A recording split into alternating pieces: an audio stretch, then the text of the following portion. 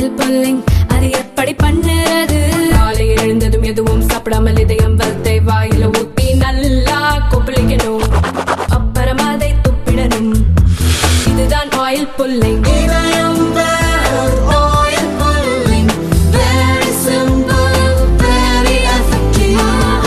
இது போன்ற பல சுகாதார குறைபாடுகள் குடும்பத்தில் உள்ளது வயதில் மூத்தவர்களுக்கு ஏற்படும் போது நடுத்தர ஏழ்மை நிலையில் உள்ள குடும்பங்களில் உள்ளவர்கள் அவர்களுக்காக செலவு செய்வது தயங்குகிறார்கள். 70 வயது மேல பணம் அப்படி செலவு செய்ய முற்படும் போது கடன் தொல்லையில் சிக்கிக் கொள்கிறார்கள். ஆனால் ஆயுஷ்மான் பாரத் திட்டம் அதற்கு ஒரு வரப்பிரசாதமாக அமைந்து இருக்கிறது. ஏழை எளிய குடும்பத்தில் உள்ளவர்கள் இலவச மருத்துவ சிகிச்சை பெறுவதோடு அவர்கள் கடன் தொல்லையில் சிக்கிக் கொள்ளாமல் அவர்களை காப்பாற்றுகிறது. அதாவது இங்க பாண்டிச்சேரிக்கு போஸ்டிங் பண்றதுல பாரத பிரதமர் என்ன கூப்பிட்டாரு, எனக்கு 3 ஆப்ஷன் கொடுத்தாரு. கேட்டாரு உனக்கு எங்க போகணும்னு. நான் சொன்னேன் புதுச்சேரி. என்ன சொன்னேன், ஏன்னு கேட்டாரு. எனக்கு 70 வயசாச்சு, எனக்கு இப்போ மோஸ்ட் இம்பார்ட்டன்ட் எனக்கு நல்ல ஹாஸ்பிட்டல் மெடிக்கல் ஃபெசிலிட்டி இருக்கணும். என்னோட மனசுல ஜிப்பர் தான் இருந்தது. இங்க வந்துதான் தெரிஞ்சது ஜிப்பரை தவிர இன்னும் ஒரு 8 மெடிக்கல் காலேஜுக்கு இந்த மாதிரி ஒரு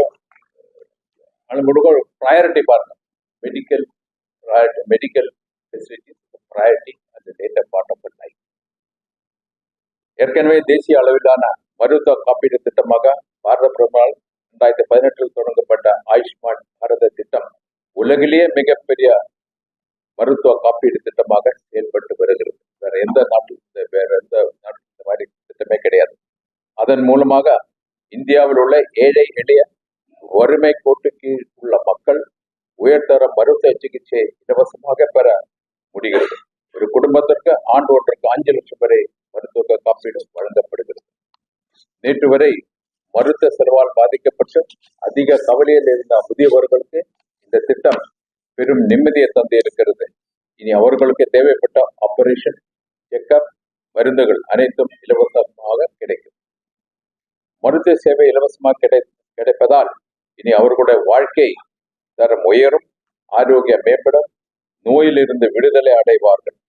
இதய நோய், கேன்சர், முட்டுவலி, டயாலிசிஸ், ஹை பிளட் பிரஷர் போன்ற நீண்ட நாள் நோய்களுக்கு தேவையான சிகிச்சை இலவசமாக கிடைக்கும். அவர்களுக்கு தேவையான அறுவை சிகிச்சைகள் இந்த திட்டத்தின் கீழ் கொண்டு வரப்பட்டது. இந்த தரமான மருத்துவ வசதிகளை அரசு மருத்துவமனையில் மட்டுமல்ல பல தனியார் மருத்துவமனையிலும் இந்த திட்டத்தின் மூலம் பெற முடியும். புதுச்சேரி மாநிலம் சுகாதார குறிப்பீடுகளில் நாட்டில் முன்னோடி மாநிலங்களில் ஒன்றாக இருந்து வருகிறது. ஆயுஷ்மான் பாரத் திட்ட செயல்பாட்டிலும் மத்திய அரசின் பாராட்டை பெற்று இருக்கிறது. அதற்காக சுகாதாரத்துறை அதிகாரிகள், மருத்துவர்கள் மற்றும் மருத்துவ பணியாளர்கள் அனைவரையும் நான் பாராட்டுகிறேன். இந்த நேரத்தில் நான் உங்களை கேட்டுக்கொள்வதெல்லாம் மூத்த குடிமக்களுக்கான இந்த திட்டத்தை பற்றிய விழிப்புணர்வை ஏற்படுத்துங்கள். இந்த திட்டத்தின் பயன் அனைவருக்கும் கிடைக்க வேண்டும். மூத்த குடிமக்களை நேரடியாக சந்தித்து இந்த திட்டத்தின் மூலம் பயன்பெற செய்யுங்கள். நான் பொதுமக்களை கேட்டுக்கொள்வதெல்லாம் சுகாதார பணியாளர்களுக்கும் ஒத்துழைப்பு கொடுங்கள். உங்கள் அருகில் உள்ளவர்களுக்கு இந்த திட்டம் பற்றிய விழிப்புணர்வை ஏற்படுத்த வேண்டும். வளமான வலிமையான இந்தியாவை உருவாக்கும் அதே வேளை ஆரோக்கியமான இந்தியா உருவாக்கவும் நாம் ஒன்றிணைந்து செயல்படுவோம் என்று கூறி என்னுடைய உரையை நிறைவு செய்கிறேன். நன்றி, வணக்கம், Jai. But I would like to make a small comment here. I'm sorry to mention, at least to the notice of the Secretary of Health and Dean of this medical college and the Superintendent of this hospital. I found very few doctors from this event. State government spends crores of rupees in the grant for maintaining this hospital and the medical college. And these doctors are supposed to own the scheme. It is not for me and the Chief Minister to own the scheme. This scheme has to be owned by the doctors of the institute.